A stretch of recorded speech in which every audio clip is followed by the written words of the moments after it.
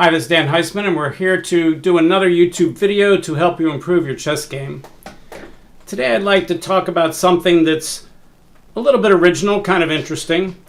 There's a concept in chess that is not very well developed, and I wrote a novice nook on it about 15 years ago where I tried to develop it a little more, and I wanted to give it a name. So let's give you a little bit of background. The idea in chess is if you're winning, you want to keep things simple. There's 6 things you want to do when you're winning. Number 1 is think defense first, which is not the same as playing defensively. I always have to defend that. Number 2 is keep it simple. Number 3 is make fair trades of pieces, not necessarily pawns. Number 4 is use all your pieces all the time. Number 5 is don't worry about the little things.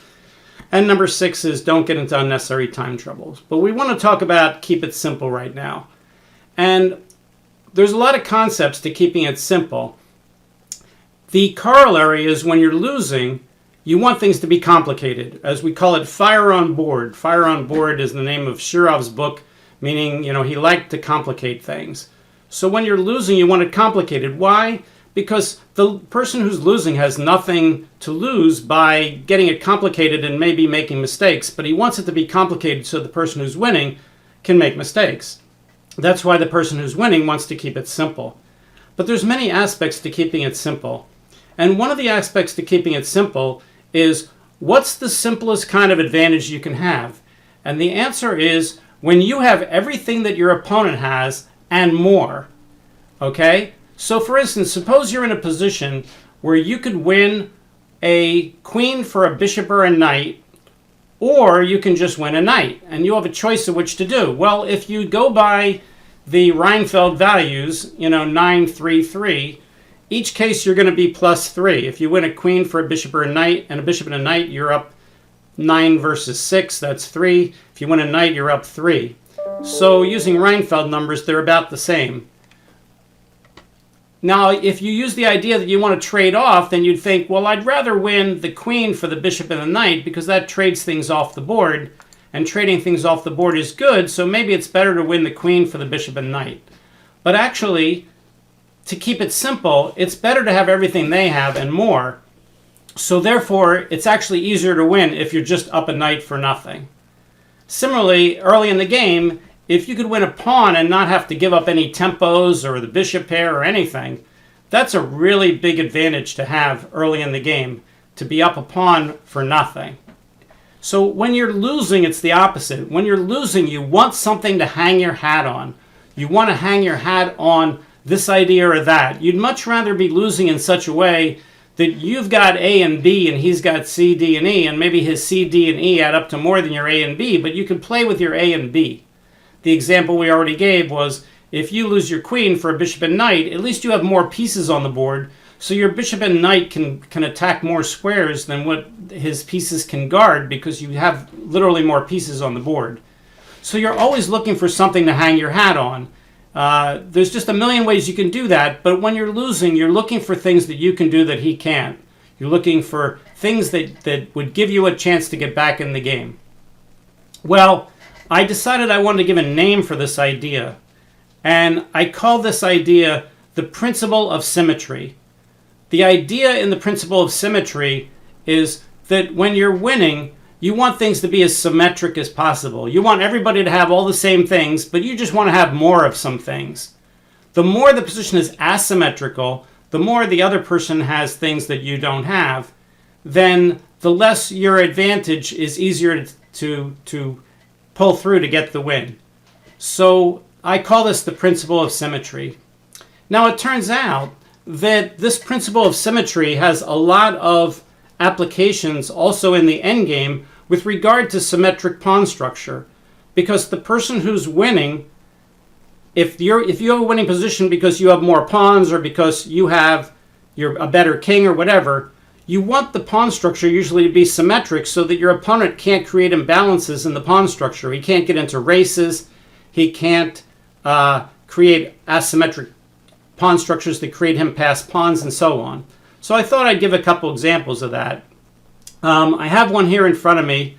It's from a student's game from many years ago, and my student was white, and black had just played b4, And my student realized with his protected passed pawn on e5 that he could soon run the black king out of moves in Zugzwang and bring his king in once he ran black out of pawn moves.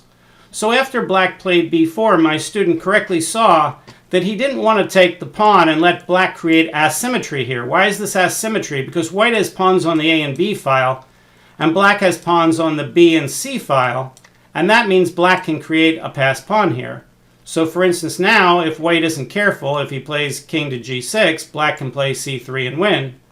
So what white would have to do if he did this was play king back, and now here black would not play c3, pawn takes, king e3, and the king's inside the square, but instead he would try to play something to create asymmetry. Like he could try to play b3, which doesn't work because white can go back to creating symmetry with pawn takes, and white will win. If white creates asymmetry again with a4, then white loses to c3, and now if white tries to get inside the square with king e3, black can play c takes b2, and black's the one winning with the asymmetry. So white has to avoid the asymmetry. So what white saw was that if he takes and black takes, black has some asymmetry to work with. And even though white's okay if he plays king f4, white saw that black really wasn't threatening anything. So he decided to play king to g6, just waiting. Well, black looked at the queen side and says, okay, well, if I take and white takes, we now have symmetric pawns again, and I can't create a passed pawn, and I'm going to get into Zugzwang and lose. If I play b3, white's going to block it all up with some move like a3 or a4, and again, I'll get into Zugzwang and lose.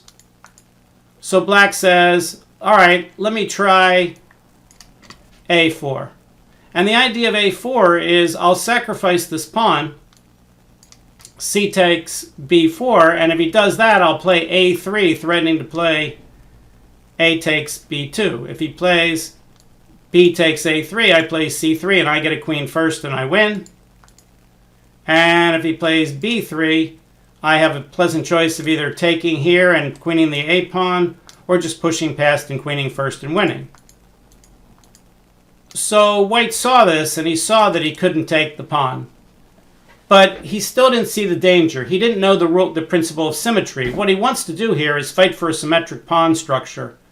But he didn't. He just kept waiting, and he played a move like king g5, trying to run black out of moves. Well, now if black plays c takes b, a3, white will run him out of moves and win. And if black plays b3, white plays a3 and gets the symmetric pawn structure again and wins. But black said, oh, I can create an asymmetric pawn structure here, and I can play a3. And now white stared at the board, and all of a sudden he realized, uh-oh, what did I do? Because if white tries to bring the king back, king f4, then of course a takes b2 wins instantly. If he tries to play b takes a3, now what should white do? Black do? Well, he could just take the pawn here, and white can't get back in time. Suppose white's king was one square closer. Suppose the white king was already on f4. Could black still win here? And the answer is yes, he can. He could play b3 instead of b takes c3. And now even if the king was on f4 and he comes back to e3, you can take on a2, or if he takes here first and black takes, and the king was one square closer and he goes to e3, you go to b2 and you still win. So it doesn't matter whether the king was on g5 or f4, he's still losing here. So in this position, white has nothing to do. I think he played b takes a3. I think black did play maybe b3, and then white soon resigned. So the principle of symmetry would have said, after king g6, a4, the only way to keep the position symmetric is to play a3, threatening to take on b4. And now black has to create some sort of symmetry on the queen side. He has to play either b takes c, when there's no more pawn moves over there, or b takes a, symmetric again, or b3, symmetric again. And in all these cases, with the symmetry on the queen side and he can't create a passed pawn, White's king will zugzwang black's king. He'll just play king g5. Black will be forced to move out of the way. White will come in. Black will wait. White will push. King here. King e5. King straight back. You can just start taking more pawns if you want. Easy win. So white had an easy win, but in this position, he has to play a3. a3 is the only move that wins the game. All the other moves lose the game. So here he needed the symmetry. So when I wrote my novice nook called The Principle of Symmetry, I explained that there was basically two ideas behind it. The main idea behind it is that you want to have, when you're winning, you want to have everything your opponent has and more. That's the best way to be winning. When you're losing, you want to have something to hang your hat on. You want to have things that your opponent doesn't have so that they give you chances. It's always worse to be losing where your opponent has everything you have and more. Okay, and in these king and pawn endgames, we see that the principle of symmetry now actually means literally you want symmetric pawns. Let me show another endgame that world-level Grandmaster Chigorin lost.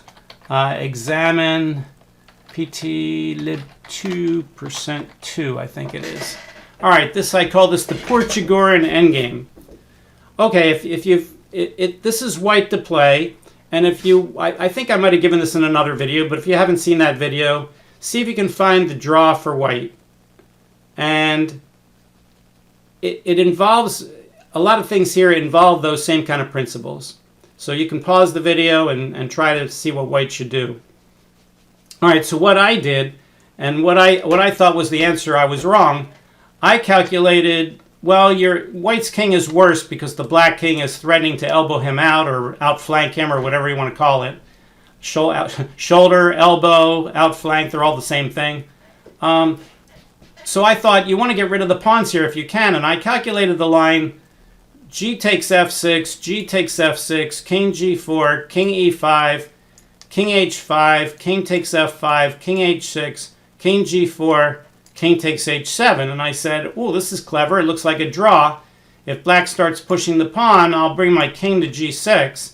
And if he keeps pushing the pawn, I'll push the pawn, and we'll both queen. And if he takes the pawn, then I take the pawn. And also, if he doesn't push the pawn, if he takes my pawn, I'll just play king g6, and I win the pawn because he can't guard it. So I figured g takes f, king g4, king e5, king h5, king takes f5, king h6, and then draw. So my surprise was after g takes, king g4, king e5, king h5, king takes f5, king h6, king g4, king takes, the two natural moves for black, which are f5 and king h4, are both mistakes. Black can actually win this position with a very surprising move. And this is probably the same move that Grandmaster Chigorin missed. Black can win with king to h5, not taking the pawn and not guarding his pawn, not pushing his pawn, just simply blocking the white king out of g6 and making the white pawn on h4 completely worthless. And now it's pretty clear, once you see that move, that black will be able to push his pawn in and win, and white can't do anything. So that's the move I missed when I was back in this position. I missed king h5. It's not that hard to see once you get there, but finding that move way ahead is tough. So what's this got to do with the principle of symmetry? Well, some of my students, when I give this puzzle, they try to get the asymmetric pawn structure by going h5 and trying to get a draw that way. And their idea is, well, if black takes the pawn, white will take. And if black plays king e5 now, white can play like h6. And if black takes, white will take, black takes, white takes, and he gets his draw. The problem with that is that after you play h5, instead of letting white get this asymmetric position where he has the threat of, pushing the h-pawn and then queening the f-pawn, and you have to stop this, black should head for a symmetric position, just like he did in the previous puzzle. He should play h6. And now white has that same problem he did in the last puzzle we showed you. Black's threatening to take a pawn and win it for nothing. But all of white's moves create symmetry. Pawn takes, pawn g6, or pawn takes, and all the pawns are exactly across from their counterparts. And when that happens, the elbowing out will win the game here for black. For instance, now if it's white's move, he's in Zugzwang. Let's say he plays king f3, black plays king e5, king g4, king e4, Zugzwang. He has to move out of the way. Let's say, I don't know, king g3, king takes f5, king here. Now, white has the opposition, and if there were only only the f pawn on the board, this would be a draw, but it's an easy win for black because he's winning this pawn now. King here, king to e4. And now the easiest way to win is to push the pawn. And now white's between a rock and a hard place. If he plays king e5, white just plays f4 or king g4 and wins. But if he goes back, that gives black time to take the second pawn. And now when white attacks king f4, black can play king g6. And then it's going to be easy win for black. So after h5, h6, the principle of symmetry helps black here. White can't use asymmetric pawns to do anything, and white's going to lose. Now, what is the right solution? The right solution is not to trade the pawns, even though generally you want to trade pawns and get rid of the pawns when you have the worst structure. It's to play king g4 first, and then if black does play king to e5, trying to run you off the pawn, you play g6. And now black has a problem. If black plays h6, which is one of the main lines, trying to run white out of time, white uses a stalemate trick, and he plays king h5. And no matter how black plays it, if he gets closer, it's stalemate, and if he doesn't take the pawn, white just keeps going back and forth to that square, and black can never make any progress without taking the pawn and stalemating black. The only other try that black can do to win is to try to take the pawn. H takes g6, f takes, and then check here and try to queen this pawn. But now white has an asymmetric 2-on-1 majority too, and white can play king g5, and if f4, simply h5, f3, h6, check, king takes, pawn up, queens, queens, and the black king could try to come, well, he can't get closer because of the skewer winning the queen, and if he checks first to get closer,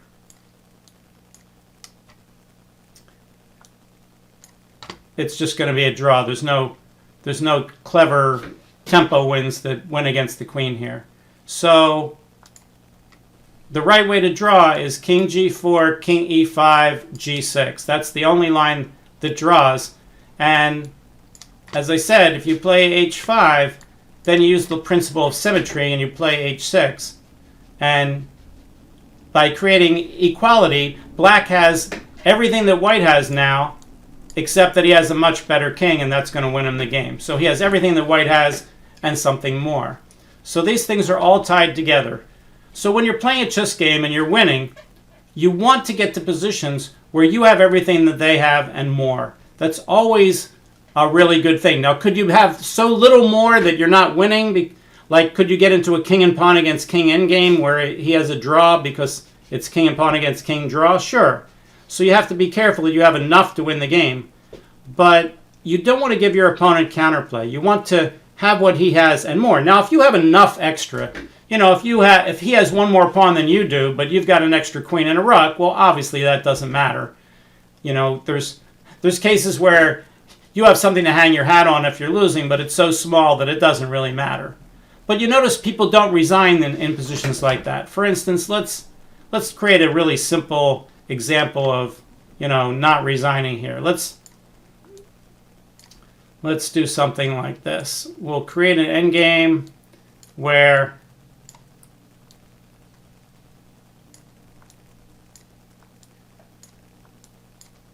black's down a whole rook. Trivial win for white. Okay, and it's white's turn and black's not resigning. What should you do? well, what's the only thing that black has going for him that white doesn't have going for him? And that answer is, oh, it's a back rank mate. Well, how many times have I had low-rated students who say, oh, I started playing fast in positions like this, and I got back rank mated? And if you don't believe me, I have an earlier video, which I think is illustrative of this point, called How Not to Play When You're Way Ahead. And it's a really good video about one of my students who was in a position vaguely similar to something like this, and he was paying no attention to what black was doing. He was not following my principle, think defense first. He had completely forgotten about defense, and he was just wondering why his opponent wasn't resigning. Well, when you get to a position like this, you want to create a permanent solution to your problems. So sometimes I have students who say, oh, well, he can back rank mate me, so I'll play rook to c1. Well, rook c1 is a good move, and you won't get back rank mated, but it's better to create a permanent solution. So king f1 is a more permanent solution. There's no pattern here, really, where black is easily back rank mating white, because he would need his rook and his king to do that. It is possible that he could put the black king on d3 and then check on the back rank, but that's not going to be very easy to do in this position.